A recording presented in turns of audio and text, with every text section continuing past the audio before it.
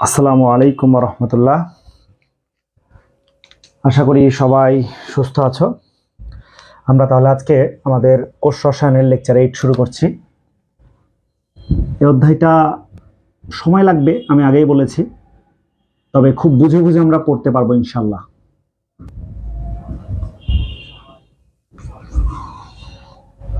তাহলে আজকে আমরা শুরু করছি কোষ রসায়নের লেকচার 8। গতদিনে আমরা লাস্ট যেটা শিখেছিলাম সেটা ছিল হচ্ছে পাইরানোজ।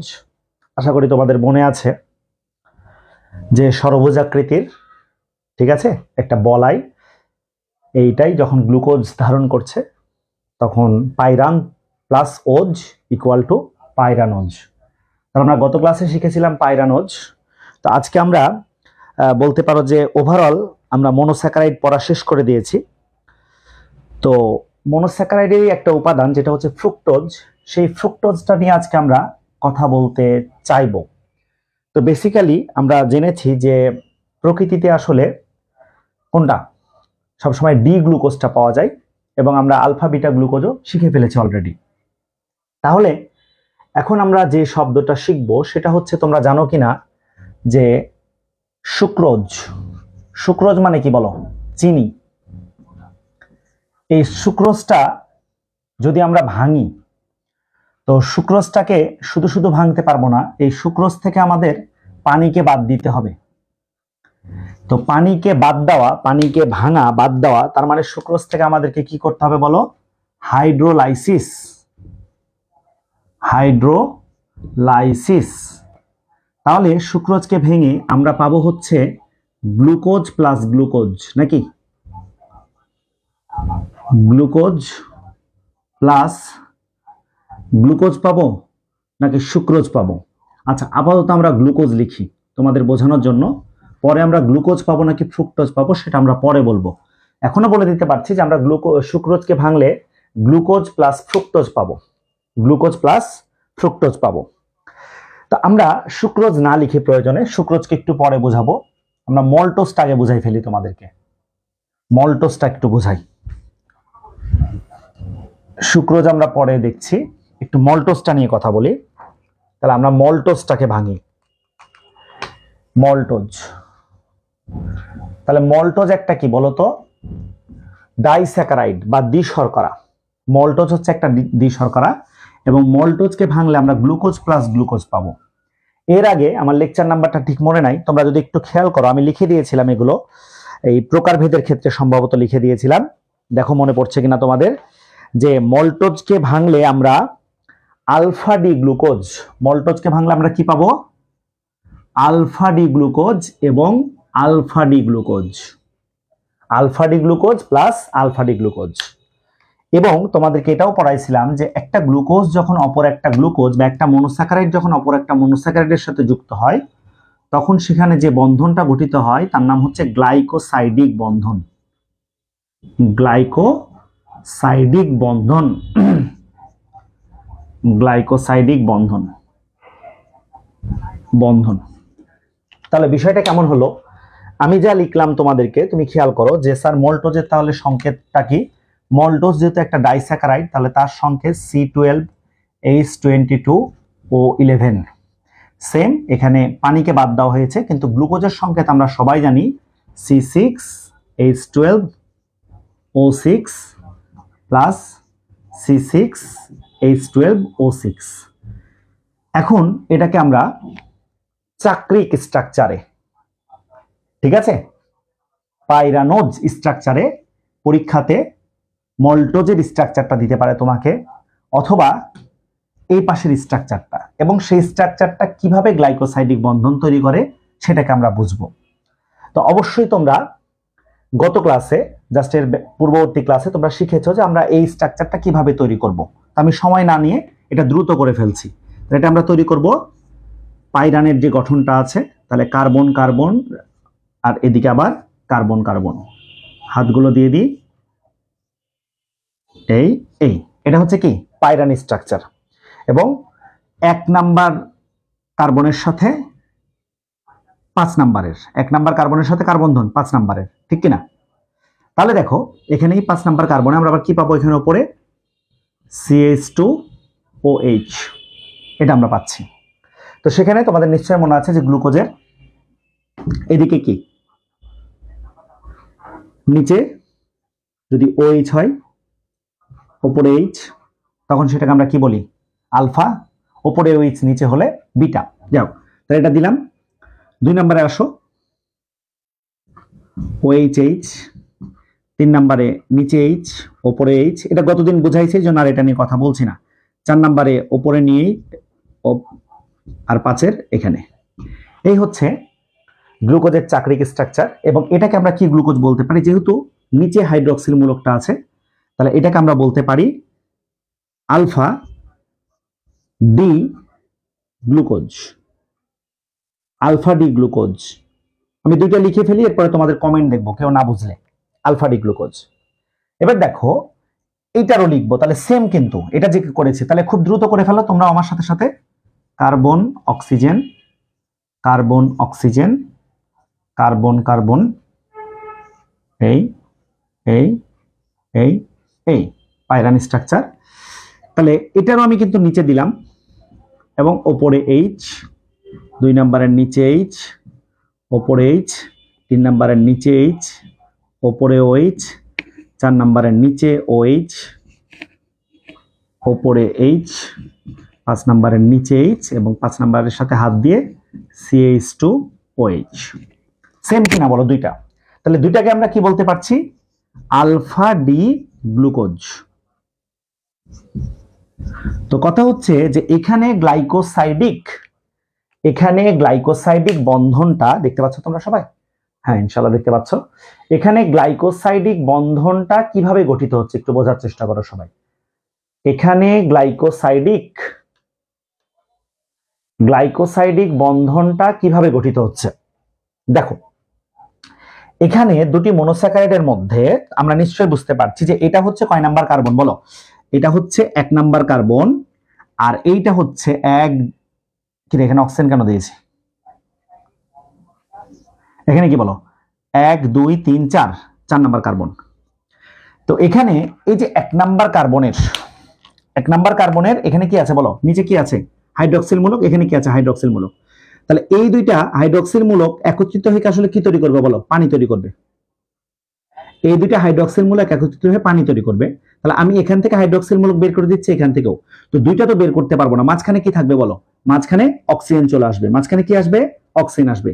তাহলে এই যে একটা বন্ধন তৈরি হলো, একটা মনোস্যাকারাইডের 1 নাম্বার কার্বনের সাথে আর একটা মনোস্যাকারাইডের 4 নাম্বার কার্বনের যে বন্ধনটা তৈরি হলো, এই বন্ধনটাকে আমরা কি বলবো? গ্লাইকোসাইডিক বন্ধন। এই বন্ধনটার নাম কি বলো? গ্লাইকোসাইডিক বন্ধন। এবং এই বন্ধনের ফলে এখনো পানি তৈরি হয়েছে। তাহলে ভালো করে বুঝে দেখো যে এই সংকেতটা থেকে এখনো পানি কিন্তু বের হয়ে গেছে। তার মানে এই দুইটা যোগ করলে হয় C12H24O12, কিন্তু হয়েছে H22O11, H2O বের হয়ে গেছে। এই বেরটা কোথা থেকে হলো? এই যে তার 1 নাম্বার কার্বনের সাথে আরেকটা মনোস্যাকারাইডের 1 নাম্বার কার্বনের মধ্যে 4 নাম্বার কার্বনের মধ্যে যে বন্ধনটা তৈরি হলো, তার ফলে এখনো পানি বের হয়ে গেল এবং অক্সিজেন কিন্তু বন্ধনটাতে সে থেকে গেল। অক্সিজেনটা কি বন্ধনটাতে সে থেকে গেল। এবার তোমরা একটু বলো আমাকে যে এইটা বুঝতে কি কারো কোনো প্রবলেম হয়েছে কিনা? 1 নাম্বার কার্বনের মধ্যে 4 নাম্বার কার্বনের মধ্যে যে বন্ধনটা তৈরি হলো, তার ফলে বোর্ডে কি অক্সিজেন কিন্তু বন্ধনটাতে উপরে নিচে এগুলো লেখা না গুলাবা না, উপরে নিচে তুমি ওই গঠনটা আগে লিখো। দেখো একজন বলেছে উপরে নিচে লেখার গঠনটা ভুলে যাও। আসলে আমি তো চাই যে তোমরা বেস্টটা শিখো। তো তখন তুমি এটা না, তো তখন তুমি হচ্ছে ওই যে ফিশারের ওটা মনে রাখবা আর কি। দেখো এই যে 1 2 3 4 5 6 উপরে যেহেতু আমরা গ্লুকোজ আছি তাহলে অ্যালডিহাইড মূলক দিলাম। এবার দেখো কার্বনের 4টা হাত দাও, সবাই বুঝে নাও কিন্তু। কার্বনের 4টা হাত দিলাম। তাহলে তুমি 2 নাম্বারটাতে আগে OH দাও। 2 নাম্বারটায় কি দিবা? OH দিবা। আচ্ছা 2 নাম্বারে OH দিলে 3 নাম্বার OH-টা পরের পাশে দাও, ঠিক আছে? 4 নাম্বার আবার এই পাশে দাও। এন্ড 5 নাম্বার কোন পাশে দিব সেটা কিন্তু আমার নাম চেঞ্জের উপর ভিত্তি করছে। 5 নাম্বার যদি আমি ডান পাশে দিই, 5 নাম্বার যদি আমি ডান পাশে দিই OH, তাহলে সেটা হবে ডি গ্লুকোজ। আর 5 নাম্বার OH যদি বাম পাশে যায় সেটা কি হবে? এল গ্লুকোজ। ডেক্সট্রো এবং লিভো পড়াইছি তো যারা নিয়মিত ক্লাস করেছো। তাহলে বাকি হাতগুলো হাইড্রোজেন দিয়ে পূরণ করে দাও। এখানে ভুলে যাওয়ার কোনো কারণ নেই। প্রথম OH কোথায়? ডানে, তারপরটা বামে, তারপরটা আবার ডানে, তারপরটা ডিপেন্ড করতেছে যে এটা কি নামের উপর হবে। তো প্রাকৃতিকভাবে তারপরেরটাও ডানে, প্রাকৃতিকভাবে যত গ্লুকোজ পাওয়া যায় তারপরেরটাও ডানে। এবার দেখো এই জিনিসটার মধ্যে আমি দেখাইছিলাম যে এখানে 1 নাম্বারের সাথে এখানে কি এইটার সাথে কোনটা এইখানকার বন্ধন তৈরি হয়েছিল, যার ফলে এইখান থেকে কি চলে গেছিল বলো? এখান থেকে অক্সিজেনটা এইখানে চলে গেছিল, কারণ এখানে যে তড়িৎ ঋণাত্মকতার বিষয়টা বলেছিলাম গত ক্লাসে, আরেকবার লেকচারটা দেখবা। এবং ওপরে এখানে যে শ্বেত কার্বনের সাথে করলো, এখানে যে কি হলো, একটা হাইড্রোজেন এখানে যুক্ত হয়ে গেল, একটা হাইড্রোজেন এখানে যুক্ত হয়ে গেল। তাহলে এই বিষয়টাকেই আমি এদিকে আর কিছু কথা বললাম না, এই বিষয়টাকে আমরা এখানে হাইড্রোজেন যুক্ত হলে এখানে কি হবে? হাইড্রোক্সিল মূলক হচ্ছে। যাক, ওটার দরকার নেই। তাহলে এখন দেখো যে এই বিষয়টাকে আমি কি করেছি, এভাবে দিয়েছি। তো তোমরা যারা বলো যে স্যার উপরে নিচে কি হবে ভুলে যাচ্ছি, তাহলে দেখো তো এই 1 নাম্বার কার্বনটা এখানে আসছে না, 1 নাম্বার কার্বন আসছে। তাহলে 1 নাম্বার কার্বনের এটা কোন পাশে? তো এটা যখন ডান দিকে ঘুরবে, ডান দিকে ঘুরবে, তখন 1 নাম্বার কার্বন অটোমেটিক এটা কোন দিকে আসবে? ডানের গুলো নিচে যাবে। ডানের গুলো কোথায় যাবে? নিচে। দেখো এখানে ডানে, এটা মুছে দিলাম একটু আগে, বুঝছো এটার নিচে। দেখো এটাও ডানে, তাহলে OH নিচে, কিন্তু এবার H ডানে, H নিচে, তারপরটা দেখো OH ডানে, OH নিচে। এটাকে তুমি ঘুরাও, ঘুরাইলে এই স্ট্রাকচারটা অটোমেটিক পেয়ে যাবা। এটাকে ঘুরাইলে এই স্ট্রাকচার অটোমেটিক পেয়ে যাবা। এবার একটু আমাকে বলবা যে বুঝতে পেরেছো কিনা।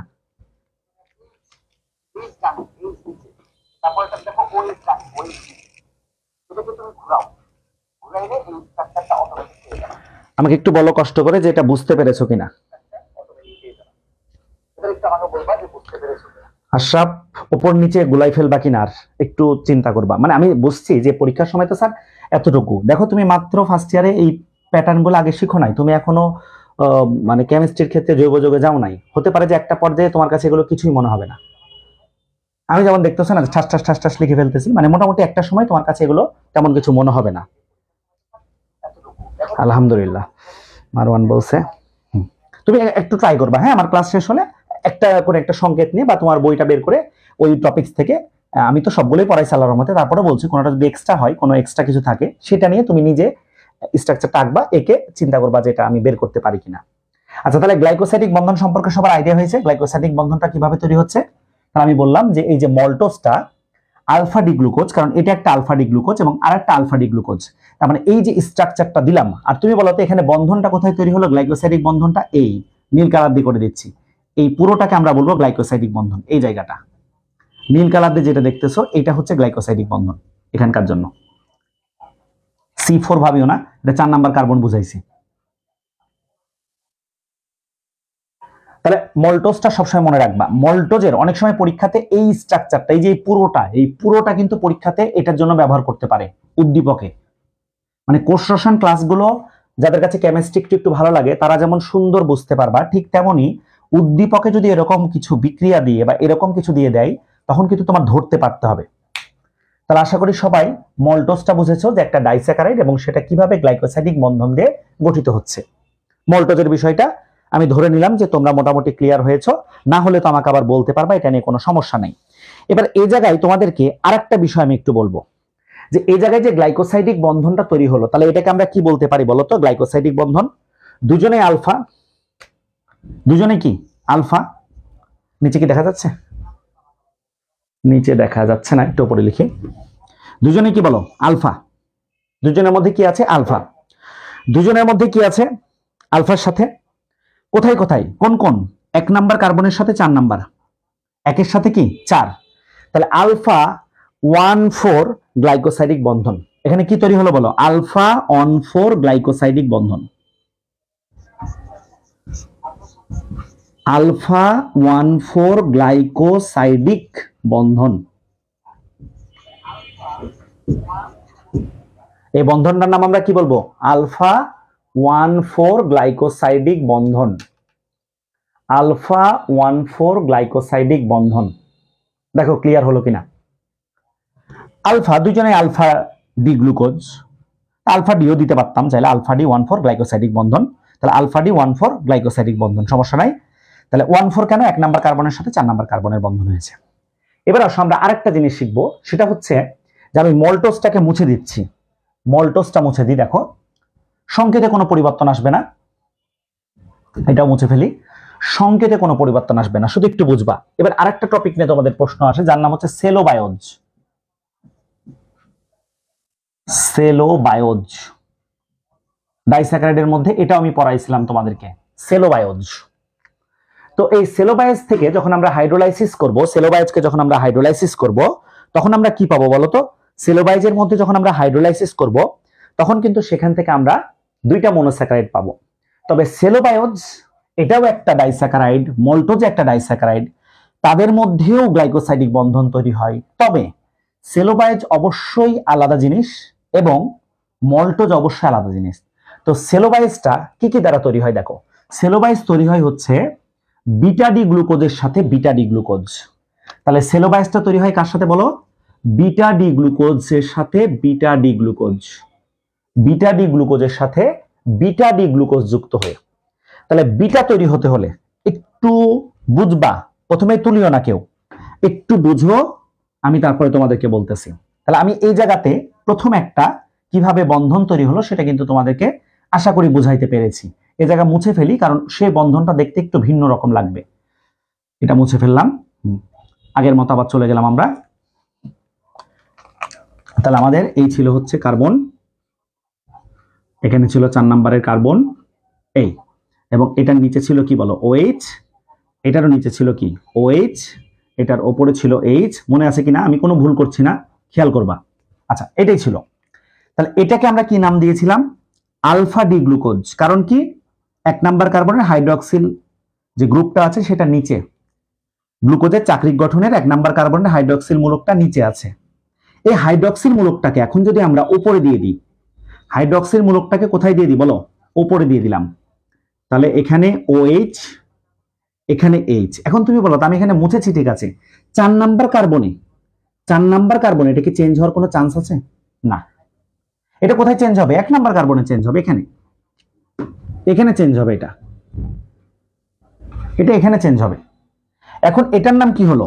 এখন এই যৌগটার নাম হলো বিটা ডি গ্লুকোজ। এখন এই যৌগটার নাম হলো বিটা ডি গ্লুকোজ, আর এটার নামও হয়ে গেল বিটা ডি গ্লুকোজ। এবং মনে রাখবা, সেলোবায়োজ তৈরি হতে কিন্তু দুটি বিটা ডি গ্লুকোজ লাগে। সেলোবায়োজ তৈরি হতে দুটি বিটা ডি গ্লুকোজের প্রয়োজন হয়। এবার চিন্তা করো, এই বিটা ডি গ্লুকোজ কিভাবে বন্ধন তৈরি করবে? তুমি একটু নর্মাল ওয়েতে চিন্তা করো, যে এইখানে পানি তো উৎপন্ন, এটার সাথে এটা করলে হচ্ছে, এটার সাথে এটা করলে হচ্ছে, কিন্তু বন্ধন তার থেকে যাচ্ছে না।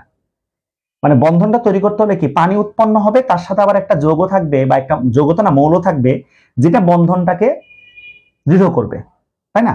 তাহলে এখানে বন্ধনটা আসলে তৈরি হবে কোথাকার মধ্যে? বুঝতে পারছো? যে এইখান থেকে এখানকার মধ্যে তৈরি হবে বন্ধনটা, এইখান থেকে এখানকার মধ্যে তৈরি হবে।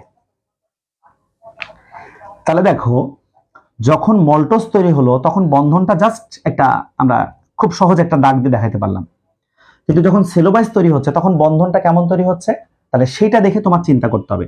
তাহলে দেখো, এখান থেকে এখনো পানি বের হয়ে যাবে। তাহলে এখনো পানি বের হলে ধরো AOH চলে গেল, এখান থেকে একটা H গেল, থেকে গেল কে? O। তাহলে ওটাকে আমি মাঝখানে বসাইলাম, ওটাকে আমি কি করলাম? মাঝখানে বসাইলাম। এবার দেখো বন্ধনটা এদের কেমন হবে? এই এই এই এই এই, ক্লিয়ার সবাই? এই বন্ধনটা কেমন হবে? এরকম। তাহলে এই বন্ধনের নাম আমরা কি দিব? দেখো, এটার নাম এখন দিব বিটা 1,4 গ্লাইকোসাইডিক বন্ধন। এই বন্ধনের নাম এখন হবে বিটা 1,4 গ্লাইকোসাইডিক বন্ধন। বিটা 1,4 গ্লাইকোসাইডিক বন্ধন।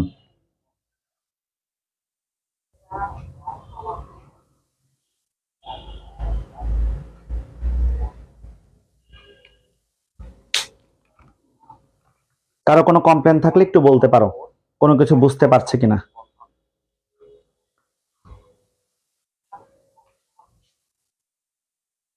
কারো কোনো প্রবলেম থাকলে একটু জানিও কষ্ট করে, কারণ তোমার পরীক্ষাতে কিন্তু এইটা থাকবে উদ্দীপকে, সেলোবায়োজ। তুমি এগুলো মুখস্থ করতে পারবা না। এগুলো তোমাকে একবার বুঝাই ফেলতে পারলে বা তুমি একবার বুঝে ফেলতে পারলে বাকিগুলোতে অনেক সহজ হবে। তোমার যে কোনো প্রশ্ন ইনশাল্লাহ মনের মধ্যে তেমন একটা চাপ তৈরি করবে না। এটা বুঝতে পারলা কিনা একটু জানাবা তোমরা। কেমিস্ট্রির পার্ট তো এগুলো আসলে খুব থেমে থেমে যত্ন সহকারে বলতে হয়। তাহলে এখান থেকে এখনো পানি উৎপন্ন হয়েছে। তাহলে তোমরা একটু খেয়াল করো তো যে আমি কি এরকম কখনো লিখতে পারবো? একটু খেয়াল করো তোমরা যে আমি কি লিখতে পারবো যে glucose plus glucose equal to maltose, এটাকে আমি লিখতে পারবো আসলে? গ্লুকোজ প্লাস গ্লুকোজ মিলে কি মল্টোজ হয়? মাঝখানে কি মাইনাস যায় বলো? মল্টোজ তৈরি করতে হলে সেখান থেকে পানিকে বাদ দিতে হবে, তার মানে পানির হাইড্রোলাইসিস করতে হবে। মল্টোজ বানাইতে হলে সেখান থেকে কিন্তু পানিকে বাদ দিতে হবে, তার মানে পানির হাইড্রোলাইসিস করতে হবে। সবাই ক্লিয়ার? যতটুকু বলেছি সবাই ক্লিয়ার কিনা একটু বলো। এবার আসো আমরা একটু শিখবো যে এই গ্লাইকোসাইডিক বন্ধন কাকে বলে। এটাও পরীক্ষাতে কয়েকবার আসছে কয়ের জন্য, যে গ্লাইকোসাইডিক বন্ধন কাকে বলে। এখন আমরা এই সংজ্ঞাটা শিখব যে গ্লাইকোসাইডিক বন্ধন কাকে বলে। মানে পরীক্ষাতে সংজ্ঞা আকারে আসলে কিভাবে লিখবা তোমরা?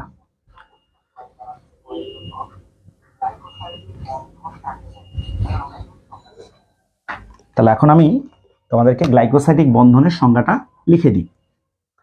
তাহলে আমরা লিখতে পারি যে দুটি শর্করার মধ্যে, আমি দুটো গ্লুকোজ কিন্তু লিখবো না, এখানে গ্লুকোজ না হয়ে ফ্রুক্টোজ হতে পারে, সমস্যা নাই। তাহলে দুটি শর্করার মধ্যে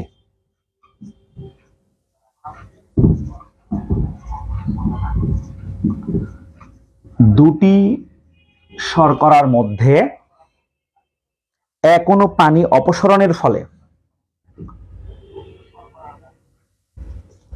দুটি শর্করার মধ্যে এক অণু পানি অপসারণের ফলে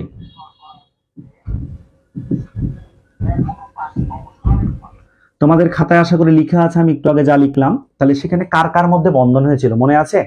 কার্বন হাইড্রোজেন ছিল নাকি অক্সিজেন ছিল বলো? অক্সিজেন।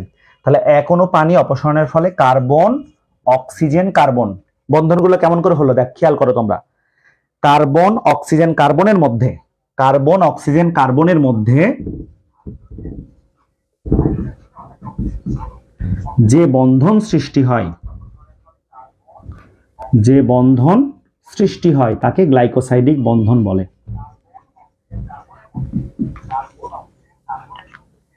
খেয়াল করেছো? দুটি শর্করার মধ্যে এক অণু পানিকে বের করে নেওয়ার ফলে বা অপসারণের ফলে কার্বন, তুমি আমার দুইটা আগের গঠনই দেখো একটু, কার্বন অক্সিজেন কার্বনের মধ্যে কিন্তু ঘটেছে, মাঝখানে ও এসে কার্বনের সাথে এরকম একটা কি এন এর মতো দেখলা আর একটা নিচ দিয়ে দেখলা।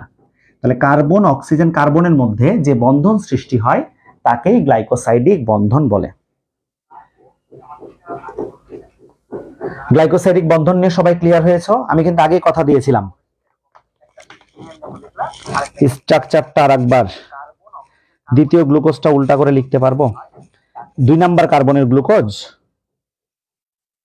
মারওয়ান কোনটা জানতে চাচ্ছিলা? রাইসা জান্নাত কি প্রথম থেকে ছিলা? আসলে কি জানো, আমি তো সময় নিয়ে নিয়ে পড়াতেই পছন্দ করি। ওই বিক্রিয়াগুলো কি একবার যদি আমরা লিখতে চাই তাহলে এখানে একটা হিউজ টাইম চলে যায়। আমার লিখতে কোনো সমস্যা নাই, কারণ এটা হচ্ছে কি গঠন গ্লুকোজের ক্ষেত্রে, সেটা হচ্ছে পাইরান থেকে পাইরানোজ গঠন। তাহলে উপরে দেখো একটা কার্বন অক্সিজেন, এভাবে পাইরানোজ মানে কি কার্বন অক্সিজেন কার্বন কার্বন, এদিকে কার্বন কার্বন, এইভাবে আগে করবা 5টা, তারপরে তাদের মধ্যে বন্ধন দিয়ে দিবা, এরকম বন্ধন দিয়ে দিবা। কেমন? এই যেহেতু গ্লুকোজ 6 কার্বন, তাহলে 5 নাম্বার কার্বনের উপর হাত দিয়ে 6 নাম্বার কার্বন CH2OH দিয়ে দিলা। এবার দেখো যদি সেটা ডি গ্লুকোজ হয় তাহলে তার 1 নাম্বার কার্বনের নিচে আসবে হাইড্রক্সিল মূলক আর উপরে থাকবে হাইড্রোজেন। 2 নাম্বার কার্বনের নিচেও হাইড্রক্সিল মূলক, উপরে কি হাইড্রোজেন। 3 নাম্বার কার্বনের নিচে হাইড্রোজেন, উপরে হাইড্রক্সিল। 4 নাম্বার কার্বনের নিচে হাইড্রক্সিল, উপরে হাইড্রোজেন। 5 নাম্বার কার্বনের নিচে হাইড্রোজেন, ওপরে তা আছে। এই হচ্ছে একটা আলফা ডি গ্লুকোজ।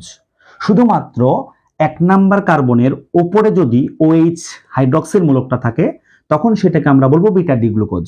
তাহলে এরকম যখন আরেকটা এখানে তোমার ধরো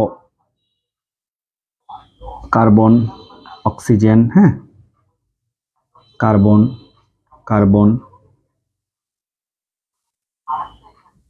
আমি এভাবে দেখালাম আর কি জাস্ট। তাহলে এরকম যখন একটা হবে তখন দেখো যে এইটা কিন্তু তার কয় নাম্বার কার্বন। আচ্ছা, আমি একটা করেছি এখানে, মিস্টেক বলা যায়, এখান থেকে এখানে একটা দিয়ে দিতে হবে আর কি, একটু বাড়াই দিয়ে এটা, এই আবার এখান থেকে যে মনে করো এই আর কি। তাহলে এখানে দেখো 1 2 3 4, এই 4 নাম্বার। তো 4 নাম্বারে কিন্তু এটা তো চেঞ্জ হয় নাই, এখানে যেমন আছে ওখানেও তেমন। তাহলে এখানে নিচে কি OH, ওপরে কি H।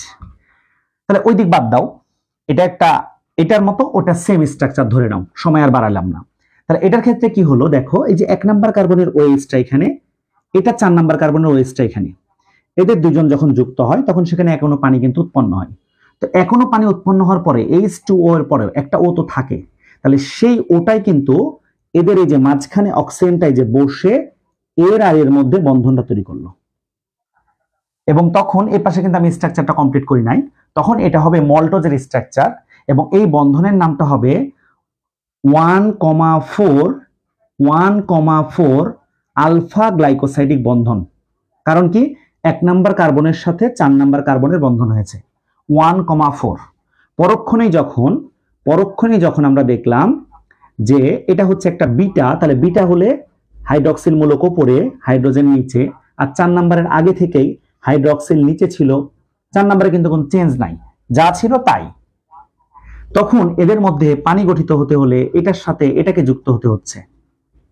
তো এটার সাথে এটা কিভাবে যুক্ত হচ্ছে তখন ঠিক মাঝখানে চলে আসছে কে, মাঝখানে চলে আসছে তোমার অক্সিজেন।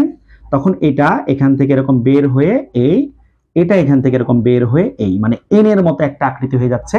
এটাকে তখন আমরা বলছি বিটা 1,4 গ্লাইকোসাইডিক বন্ধন। তো বিটা 1,4 গ্লাইকোসাইডিক বন্ধনের মাধ্যমে দুটি বিটা ডি গ্লুকোজ একত্রিত হয়ে সেলোবায়াস তৈরি করে এবং আলফা 1,4 গ্লাইকোসাইডিক বন্ধনের মাধ্যমে দুটি আলফা ডি গ্লুকোজ যুক্ত হয়ে বা গ্লাইকোসাইডিক বন্ধনের মাধ্যমে আবদ্ধ হয়ে মল্টোজ তৈরি করে। এবার দেখো সংজ্ঞাটা কি বললাম, দুটি শর্করার মধ্যে, এটা একটা শর্করা, এটা একটা শর্করা, এক অণু পানি, এখান থেকে আমি এক অণু পানিকে অপসারণ করেছি। এক অণু পানি অপসারণের ফলে কার্বন, এই দেখো কার্বন, অক্সিজেন, এই যে অক্সিজেন, কার্বন, এই যে কার্বন, কার্বন অক্সিজেন কার্বনের মধ্যে যে বন্ধন সৃষ্টি হয় তাকে গ্লাইকোসাইডিক বন্ধন বলে। একটা রিক্যাপ দিয়ে দিলাম। সেলোবায়োজ কি, কোন শব্দের শেষে ওজ থাকলে সেটা শর্করা, এবং সেলোবায়োজ হচ্ছে একটা ডাইস্যাকারাইড বা দ্বি শর্করা। আর কোনো প্রশ্ন আছে কিনা দেখো, বুঝতে সময় লাগুক, আমি তারপরে বুঝাই দিলাম। রাইসের জন্য স্ট্রাকচারটা আবার বললাম, শুধু আগের চাইতে সময় কম নিলাম, মুছে ফেলছি সবগুলো, কারণ আজকে আরো একটা টপিক আমরা না বুঝলে আমাদের ক্লাস অনেক বেশি বেড়ে যাবে। এই যে আমি ধরো যারা নিয়মিত করতেছ লাইভে তারা তো আছোই, কিন্তু অনেক সময় অনেকে পরে এসে বলবো মা কার্বোহাইড্রেট 9টা 10টা লেকচারে শেষ করছে, এত সময় নাই আমার। তো বাস্তবিক কথা আমি ক্লাসেও এটা বলি যে আসলে আমি কি পড়াচ্ছি এটা একমাত্র যারা ক্লাস করছে তারা বুঝতে পারবে। এগুলো তো অনশট দিয়েও টান দিতে পারতাম, কেউ কিছুই বুঝতো না, বিষয়গুলো এরকম দাঁড়াইতো। যাই হোক, আজকে তোমাদেরকে আরেকটা ছোট্ট টপিক শিখাই ফেলি। সেটা হচ্ছে অনেক সময় তোমরা পরীক্ষাতে দেখবা যে ক্যাপিটাল ডি, ক্যাপিটাল এল, এবং অনেক সময় আবার এরকম থাকে small D, small D, small এল, এটাও থাকে। তাহলে ক্যাপিটাল ডি, ক্যাপিটাল এল এবং স্মল ডি, স্মল এল, তার সাথে আরো দুইটা শব্দ এখন আমি বুঝাই ফেলবো অল্প সময়ের মধ্যে। একটার নাম হচ্ছে ডেক্সট্রোজ, ডেক্সট্রোজ, এবং আরেকটার নাম আমরা কি বলতে পারি, ডেক্সট্রোজ তো আমরা বাজারে কিনতে পাই তাই না, ডেক্সট্রোজের সাথে আরেকটা লেভুলোজ, এটা একটু শিখাই দিই তোমাদেরকে। লেভুলোজ খুব ভালো করে বুঝবা, লেভুলোজ। তাহলে আমাদের মনোস্যাকারাইডের ক্লাস শেষ হয়ে গেছে, আজকে কিন্তু ডাইস্যাকারাইড চলতেছে এবং সেটা খুব ভেবে ভেবে চলতেছে। আচ্ছা, তাহলে ভালো করে বুঝো একটু, যে আমি প্রথমে তোমাদেরকে ডি এবং এল গ্লুকোজটা একটু শর্টকাট টাইমের মধ্যে বলে দিই কিভাবে হচ্ছে এটা। তাহলে গ্লুকোজ 6 কার্বন বিশিষ্ট, তাহলে 1 carbon, 2 carbon, 3 carbon, 4 carbon, 5 carbon এবং 6 নাম্বার। তো যেহেতু গ্লুকোজ একটা অ্যালডোজ, তাহলে 1 নাম্বার কার্বনে অ্যালডিহাইড মূলক, 6 নাম্বার কার্বনের থেকে গেল। গ্লুকোজের 4টা হাত দিয়ে দাও। গ্লুকোজের ক্ষেত্রে সবসময় মনে রাখবা 2 নম্বরে OH কোথায়, ডান পাশে, 3 নম্বরে বাম পাশে, 4 নম্বরে ডান পাশে এবং 5 নাম্বারটা ডিপেন্ড করছে সেটা ডি গ্লুকোজ নাকি এল গ্লুকোজ তার উপরে। তাহলে বাকিগুলো দিয়ে দিলাম। তো প্রকৃতিতে যত গ্লুকোজ পাওয়া যায় সেটা হচ্ছে এই গ্লুকোজ, এবং এটা হচ্ছে এই যে সবচেয়ে দূরবর্তী অপ্রতিসম কার্বন বা কাইরাল কার্বনের ডান পাশে হাইড্রক্সিল মূলকটা আছে বলে এটার নাম হচ্ছে ডি গ্লুকোজ। ডি গ্লুকোজ, ঠিক আছে? তাহলে আমরা যখন এটার নাম লিখবো তখন কিন্তু ক্যাপিটাল ডি গ্লুকোজ। যখন আমরা এটার নাম লিখবো তখন কি হবে বলো, ক্যাপিটাল ডি গ্লুকোজ। এবার আসো, যদি এটা লিখি 1 কার্বন, 2 কার্বন, 3, 4, 5, 6, সেম সব, 2 এর ডানে, 3 এর বামে, 4 এর ডানে। আমি কি বেশি একটা লিখে ফেলছি না গ্লুকোজ? 1, 2, 3, 4, 5, 7টা হয়ে গেছে, ওটাই ভাবতেছি। আচ্ছা, তাহলে এখানে উপরে CHO। তাহলে দেখো 1 এর ডানে, 2 এর বামে, 3 এর ডানে, 4 এর মানে 2, 3, 4 ভুল বুঝিও না আবার। এখন 5 এ যদি আমরা এ পাশে H দিই এবং এই পাশে বাম পাশে হাইড্রক্সিল মূলক দিই, তাহলে এই যে 5 নাম্বারে তুমি বাম পাশে দিলা সেটাকে আমরা এল বলি, এটা হয়ে গেল এল গ্লুকোজ। এল গ্লুকোজ। তাহলে ডি ফর কি বলেছিলাম বলো? ডি ফর বলেছিলাম আমরা ডেক্সট্রো, ডি ফর ডেক্সট্রো এবং এল ফর লিভো। কিন্তু এখানে কথা হচ্ছে এটা কেন হলো, কেন এটাকে আমরা ক্যাপিটাল ডি গ্লুকোজ বলছি? ক্যাপিটাল ডি কেন আমরা গ্লুকোজ বলছি এটাকে? কারণটা হচ্ছে এটার সবচেয়ে দূরবর্তী কাইরাল কার্বনের ডান পাশে, হাইড্রক্সিল মূলক আছে। ওই ডান থেকে আমরা ক্যাপিটাল ডি দিচ্ছি, এখানে বাম থেকে আমরা ক্যাপিটাল এল লিখছি। কিন্তু দেখো যে এক সমবর্তিত, এটাও পড়াইছি তোমাদেরকে, এক সমবর্তিত আলোক রশ্মিকে এই ডি গ্লুকোজ কিন্তু ডানের দিকে ঘোরায়। যখন তুমি কোনো কিছুকে এই যে এক সমবর্তিত আলোক রশ্মিকে ডানে ঘোরায় এই কথাটা যখন বলবা, তখন কিন্তু তোমাকে লিখতে হবে সে জায়গায় যে এটা হচ্ছে ডেক্সট্রো, এটাকে আমরা কি বলবো, ডেক্সট্রো রোটেটরি। তাহলে এই জিনিসটা কি করে দেখো, আলোক রশ্মিকে ডেক্সট্রো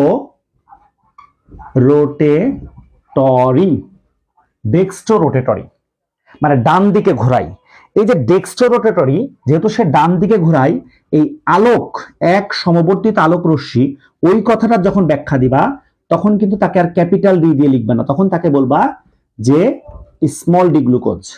তাহলে আমি ক্যাপিটাল ডি দিয়ে কিন্তু কখনোই বলতে পারবো না যে এই গ্লুকোজটা আলোক রশ্মিকে ডানে ঘোরায় নাকি বামে ঘোরায়।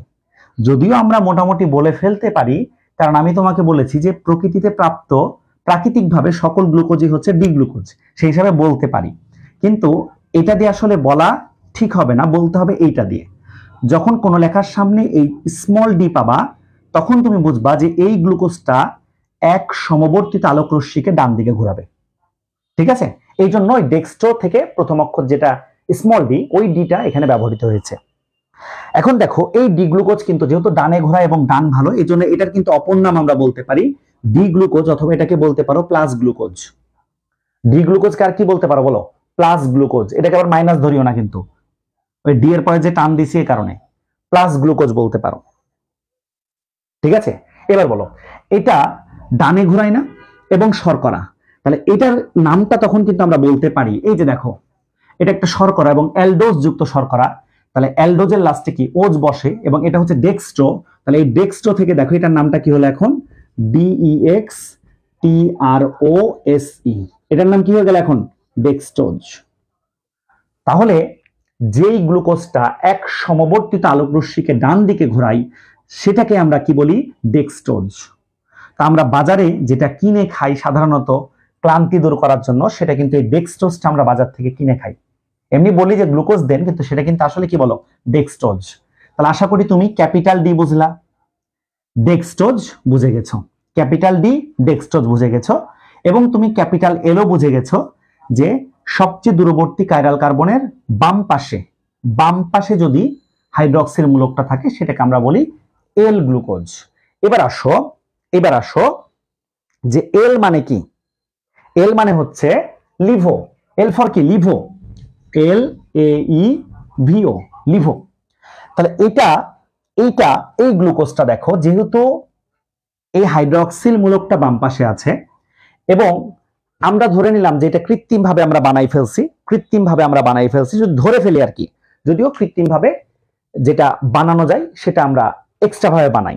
তো এটাকে যদি আমি গ্লুকোজ রাখি, গ্লুকোজ রাখি, মানে গ্লুকোজ না বলি, ধরো এটাকে যদি আমরা কিটোজ বানাই, একটু বুঝতে হবে এই জায়গায়, কিটোজ বানাই, বলতো কিটোন মূলকটা কি আসলে সি ডাবল বন্ড ও আর এখানে এই, তাই তো, মানে দুইটা বন্ড, এটা হচ্ছে কিটোন মূলক, আমরা সবাই জানি। তো এখন দেখো, কিটোন মূলক কিন্তু কখনোই 1 নাম্বার কার্বনে বসবে না। কিটোন মূলক কখনোই 1 নাম্বার কার্বনে বসবে না। কেন বসবে না সেটাও তোমরা বের করতে পারবা।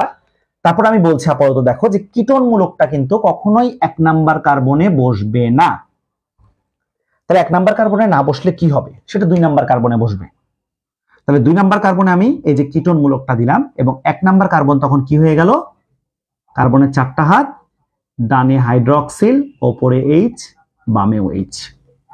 এই যে আমি যে স্ট্রাকচারটা এখন তোমাদেরকে আঁকলাম, এটাকে কিন্তু আমরা বলবো এল, এখন আর গ্লুকোজ বলবো না, এটাকে কি বলবো বলো, এল ফ্রুক্টোজ। এটার নাম কি বলবো, এল ফ্রুক্টোজ। কারণ কি, এই যে বাম পাশে আসে এল ফ্রুক্টোজ। আচ্ছা, এল ফ্রুক্টোজ বাদ দে, এখন যদি এই হাইড্রক্সিল মূলকটাকে যদি আমি এই পাশে দিই, এখানে দিই, তাহলে এটার নাম এল না হয় কি হয়ে যাবে বলো, ডি ফ্রুক্টোজ। এটার নাম কি হলো, ডি ফ্রুক্টোজ। তো এই যে ডি ফ্রুক্টোজ, এটা কোনো সমস্যা নাই, এবং এটাকে আমি আবার নাম কি বলতে পারি বলো, কিটোজ। এটা একটা 6 কার্বন যুক্ত, মানে কিটোন যুক্ত, এই জন্য কিটোন যুক্ত শর্করা হওয়াতে এর নাম কি, কিটোজ, সেটাও চলবে। এখন দেখো যে এই কিটোজটা কি করে, সে এক সমবর্তিত আলোক রশ্মিকে, এটা কিন্তু এই কারণে হচ্ছে না, এটা তার বৈশিষ্ট্য। তাহলে কিটোজটা এক সমবর্তিত আলোক রশ্মিকে বামে ঘোরায়, ফ্রুক্টোজ বলি, কিটোজে বাদ দাও, ডি ফ্রুক্টোজ এক সমবর্তিত আলোক রশ্মিকে বামে ঘোরায়। তো বামে মানে কি, লিভো। তাহলে এটাকে আমরা কি বলতে পারি, লিভো রোটেটরি। তাহলে লিভো রোটেটরির জন্য তার নাম কি হবে বলো, এল ফ্রুক্টোজ। তার নাম কি হয়ে গেল, এল ফ্রুক্টোজ। অথবা এটাকে আমরা কি বলতে পারি, মাইনাস ফ্রুক্টোজ। এল ফ্রুক্টোজটাকে কি বলবা, মাইনাস ফ্রুক্টোজ। আচ্ছা, তাহলে এর অপর নাম আমরা কি বলতে পারি বলতো, এর এই যে সে লিভো, এই লিভো থেকে আসছে কি, লিভো রোটেটর থেকে লেভু আসছে এবং লাস্টে ওজ, তখন তার নাম হয়ে গেল কি, লেভুলোজ। তার নাম কি হয়ে গেল বলো, লেভুলোজ। আচ্ছা, লেভুলোজ, LOSE, লেভুলোজ। তাহলে ফ্রুক্টোজের অপর নাম যে লেভুলোজ, এটা কেন হলো বলতো, কারণ ডি ফ্রুক্টোজ এক সমবর্তিত আলোক রশ্মিকে বামে ঘুরাই, এই বামে ঘুরাই বলে তার নামটা কিন্তু হয়ে গেল লেভুলোজ। তাহলে পরীক্ষাতে লেভুলোজ নিয়ে কিছু বলতে পারে, পরীক্ষাতে ডেক্সট্রোজ নিয়ে কিছু বলতে পারে, তুমি সুন্দর মতো ব্যাখ্যা সহকারে এগুলো বলবা। এক সমবর্তিত আলোক রশ্মিকে বামে ঘুরাই, এই বামে ঘুরাই বলে তার নামটা। দেখো তো আর কারো কোনো সমস্যা আছে কিনা।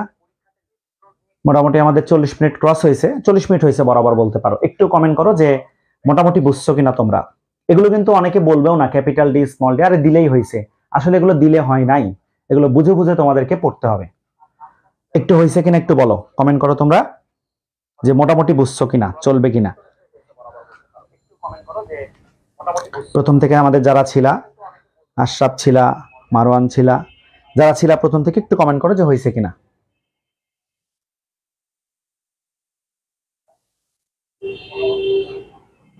এখন থেকে ক্যাপিটাল ডি স্মল ডি দেখে বুঝতে পারবা কিনা, বা ক্যাপিটাল এল স্মল এ দেখে বুঝতে পারবা কিনা, তোমাকে ডেক্সট্রোজের গঠন আঁকতে বললে আঁকতে পারবা কিনা, লেভুলোজের গঠন আঁকতে বললে আঁকতে পারবা কিনা, আমাকে এতটুকু জানালেই চলবে। হ্যাঁ, নয়নও ছিল প্রথম থেকে, থ্যাংক ইউ। ওকে, তাহলে আমাদের পরবর্তী ক্লাস ইনশাল্লাহ আগামীকালকে আমি সুযোগ পেলে নিয়ে ফেলবো, একটু তাড়াতাড়ি নিয়ে ফেলে। এদিকে কিছু কলেজের পরীক্ষা শুরু হয়েছে, কিছু কলেজের পরীক্ষা জানুয়ারির দিকেও আছে, যাতে মোটামুটি তোমাদের এই অধ্যায়গুলো ক্লিয়ার হয়ে যায়। তার আজকের মতো শেষ করছি, ভালো থাকবা সবাই। আসসালামু আলাইকুম ওয়া রাহমাতুল্লাহি ওয়া বারাকাতুহু।